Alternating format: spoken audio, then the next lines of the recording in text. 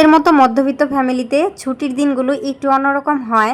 সপ্তাহের অন্যান্য দিনগুলোতে একা একা দুপুরে খেতে এতটাও খারাপ লাগে না, যতটা খারাপ লাগে ছুটির দিনে একা একা খাবার খেতে। সো হ্যালো এভরিওয়ান, সবাই কেমন আছেন? আজকে যেহেতু জামাইয়ের অফিস বন্ধ ছিল, তাই একটু দেরি করে ঘুম থেকে ওঠা হয়েছে। আর গতকাল রাতে কারেন্টও ছিল না, তাই রাতে ঘুমানো হয়নি। তাই একটু দেরি করে ঘুম থেকে উঠে বাড়ি থেকে যে কাঁঠাল নিয়ে আসছিল সেটা দিয়েই সকালে মুড়ি আর দুধ দিয়ে নাস্তা করেছি সবাই। তো কাঁঠালটা আমাদের তেমন বেশি পছন্দ না, তারপরও বাড়ি থেকে নিয়ে আসছে তাই আর কি খেলাম। তারপর দুপুরে যা যা রান্না করবো সব কিছুই মোটামুটি আমার গোছানো হয়ে গেছে। একটু মুরগির মাংস রান্না করব, সাথে পুঁটি মাছ ছিল ওইগুলি বের করে নিয়েছি। তোর বাবা বলতেছে বাজারে যাবে, তো ভাবলাম সবজি নিয়ে আসলে পরে সবজি দিয়ে পুঁটি মাছটা রান্না করব, আর বাবুর জন্য পেঁপে দিয়ে মুরগির মাংস রান্না করব। বাবুর বাবা আর বাবুর মামা তিনজনই বাজারে চলে গেছে। তো এইদিকে আমি রুমগুলো একটু গুছিয়ে নিতেছিলাম। ওই পাশের রুমটা তো গোছানোই আছে, এই পাশেরটা শুধু একটু ঝাড়ু দিয়ে নিলাম।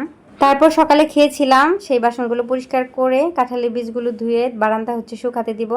আর ঘরটা মুছে নিয়েছি, বাবুর তরকারিটাও বসিয়ে দিয়েছি। তো এর মাঝখানে বাবুর মামা আর বাবু চলে আসছে। আর এই যে মাংস, তারপরে মাছ আর ছোটো মাছও নিয়ে আসছিল। ছোটো মাছ আর মাংসটা ফ্রিজে রাখবো, এখন আর কাটার সময় নাই। আর সাথে যে কাচকি মাছ এনেছিল, কাচকি মাছটা আমার অনেক বেশি পছন্দের। তো বেশ কিছুদিন যাবতীয় খুঁজতেছিল, পাইতেছিল না।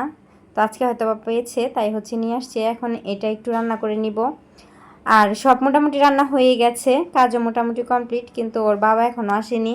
ওর বাবার মূলত বিকেলে একটা কাজ ছিল, তাই এখন মোটরসাইকেল সার্ভিসিংয়ে নিয়ে গেছে। তো ওইখানে মনে হয় দেরি হইতেছে। যাই হোক, আমার রান্না বান্না তো হয়ে গেছে। কাচকি মাছ ভুনা করেছি, মুরগির মাংস রান্না করেছি, বাবুর জন্য মাংস আলাদা করে রান্না করেছি, একটু ডালও রান্না করেছি। তো এর মাঝখানে আবার ওর বাবাকে ফোন দিলাম, বললো যে আমার দেরি হবে, তোমরা দুপুরে খাবার খেয়ে নাও। তো একা একা খাইতেছিলাম, ভালো লাগতেছিল না। ছুটির দিন আসলে একা খাইতে ভালো লাগে না। যাই হোক, খাওয়া দাওয়া করে বাবুকে ঘুম পাড়িয়ে দিয়েছি। তারপর আবার ওর বাবা ফোন দিয়ে বলতেছে ভাইকে আমার ভাইকে পাঠিয়ে দেওয়ার জন্য। তো ভাইকে নিয়ে এক জায়গায় যাবে আর কি, একটু কাজ আছে। তো কিছু করার নেই, হয়তো বাইরে থেকে কিছু খেয়ে নিবে।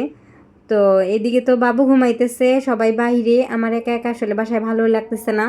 কি করব ভাবতেছিলাম, পরে ভাবলাম যে কয়েক পিস মাছ বের করে ভাজি করি। বাবুর বাবা যেহেতু বড় মাছ ভাজি পছন্দ করে, আর মাছ কিনে আনছে, এগুলো রান্নাও করা হলো না আজকে। আগামীকাল আমার ভাই চলেও যাবে। তো রাতের জন্য মাছ ভাজি করতেছিলাম। এদিকে বাবু উঠে গেছে আর সন্ধ্যাও লেগে গেছে।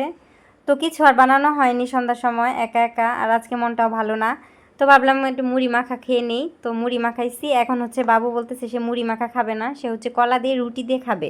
এখন আমি রুটি কোথায় পাবো, তাই একটা গোলা রুটি বানিয়ে দিয়েছি আর সাথে একটা কলা দিয়েছি। সে অবশ্যই এটা মজা করেই খেয়েছে, তো ভালোই লাগলো।